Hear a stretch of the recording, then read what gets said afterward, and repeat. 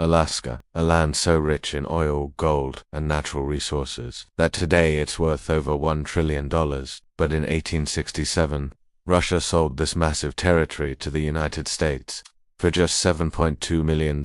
That's about 2 cents per acre, 2 cents per acre. So here's the question no one seems to answer. Why would a global empire willingly give away a region that could have changed its destiny forever? Was Tsar Alexander II just stupid? Did Russia think Alaska was worthless, or was there a secret crisis, a hidden pressure, that forced Russia's hand? Because once you see the truth, you'll realize this sale wasn't a mistake at all. It was a survival strategy. Today, we uncover the shocking real reason Russia sold Alaska and how it connects to the global superpower struggles happening right now. Before we get to the sale, we need to understand the world Russia was living in. It's the mid-1800s. Russia isn't just a big country, it's the largest empire on Earth. But that size was a trap. This empire was bleeding money, falling behind industrially, and losing influence against rising powers like Britain and the United States. And then came the disaster that changed everything. The Crimean War. Russia versus major European powers including Britain and France. It ended in humiliating defeat. Russia lost territory, military prestige, and most importantly, money, staggering debt, a collapsing economy, a treasury running out of gold reserves. And right after that defeat, something else happened, something historians often overlook. Britain's navy surrounded Russia's access to Alaska. The Royal Navy had the Pacific dominated. If war broke out again, Britain could invade Alaska in days. So imagine being Russia. You own Alaska, but you can't reach it. You can't defend it, and your greatest enemy could take it for free. Alaska became a ticking time bomb. Now, ask yourself, what was Alaska to Russia? Hollywood likes to pretend Russia didn't know about the resources. But that's not true. They knew Alaska had timber, fur, fishing potential, minerals, but Russia couldn't develop it. Why? Reason number one, no population. By the 1860s, Alaska had only 800 Russian settlers versus 2,500 Americans already moving in. Yes, even before the sale, Americans were already beating Russia there. Reason number two, geography was a nightmare to supply Alaska from Russia. You needed a 6,000-mile sea journey around Asia, across storms, ice, and hostile waters patrolled by the British. It was like owning a mansion, but the front door is guarded by your worst enemy. Reason number three, the industry collapse. Alaska's biggest source of revenue, the fur trade, was dying. Sea otter populations had been hunted to the brink. The economic value was falling sharply, so Alaska was becoming expensive to hold, dangerous to protect, unlikely to pay off. It was a liability. But still, Russia held it until something else forced urgency. A financial crisis that could not be ignored. After the Crimean War, Russia faced the same problem every empire eventually faces. Big territory, small bank account, larger enemies. The empire was rotting from the inside. Infrastructure was collapsing. Serfdom made modernization impossible. Armed forces, outdated debt was exploding.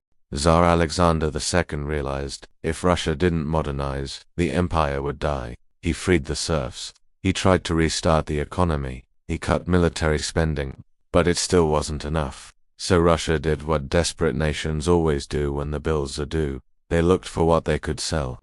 Their most valuable assets, land resources, strategic holdings. Alaska wasn't just land. It was a potential financial lifeboat. There were two options. 1. Sell Alaska on Russia's terms. 2. Lose Alaska to Britain for free. That's not a choice. That's checkmate. So the Tsar made his move. Enter William Henry Seward, the U.S. Secretary of State. Seward knew two things. America wanted to expand. Russia was cornered. Seward played his hand masterfully. He knew Russia feared Britain. He knew Russia needed cash. So he made an offer Russia couldn't refuse. $7.2 million, paid in gold. Today that sounds ridiculous. But in 1867, it was equivalent to over $140 million in modern value. And more importantly, immediate liquidity, hard currency, no war with Britain for Russia. The deal was not stupidity. It was a survival move. The sale happened behind closed doors in Washington, D.C. overnight. The U.S. gained 586,000 square miles of territory, the future site of the oil boom. Geopolitical access to Asia and Russia bought time. Not success, but time. When the US purchased Alaska, most Americans called it Seward's Folly, or Seward's Icebox. They thought it was a joke, a frozen wasteland, a pointless waste of tax money. But then, everything changed. 1896, gold discovered in the Yukon. 20th century, oil fields discovered. 1942, Alaska becomes World War II military cornerstone. Cold War, Alaska becomes vital for US missile defense. The land nobody wanted became a strategic jackpot. And Russia, they watched from across the Bering Strait, as the territory they sold for $7.2 million generated billions. So was it a mistake, or the only option they had? Maybe both. Because even if Russia had kept Alaska, they still lacked infrastructure, industry, warm water ports, defensive capability. Alaska wasn't just sold, it was lost before it was gone. Here's where history hits harder than you expect. Russia's sale of Alaska resembles something happening today. Debt, sanctions, economic isolation, resource reliance, and pressure from rival powers. Today, Russia faces sanctions from the West, military, overstretched currency, instability, dependence on natural resources, conflicts on multiple borders, and just like in 1867, they are making deals with China, with Middle Eastern states, with resource buyers, not to gain power, but to survive pressure. History rhymes. 1867. Russia sells Alaska, gives, avoids defeat. 2024. 2025.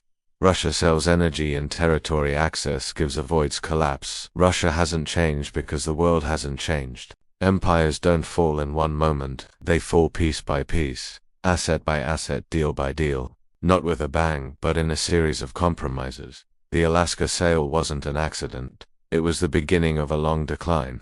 What if Russia never sold Alaska? Possibilities. Britain takes it in war, US takes it later during expansion. Russia collapses under debt, sooner Alaska becomes independent. Modern geopolitics completely different sometimes. The choice isn't between winning or losing, it's between losing slowly or losing instantly. Russia chose the slow loss. Conclusion. 3 takeaways. Takeaway number 1. Russia didn't sell Alaska because they thought it was worthless. They sold it because they couldn't afford to keep it. Takeaway number 2.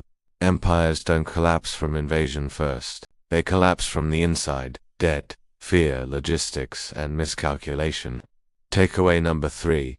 History repeats not through events, but through pressures. The same forces happening again right now. Final message. The sale of Alaska wasn't stupidity.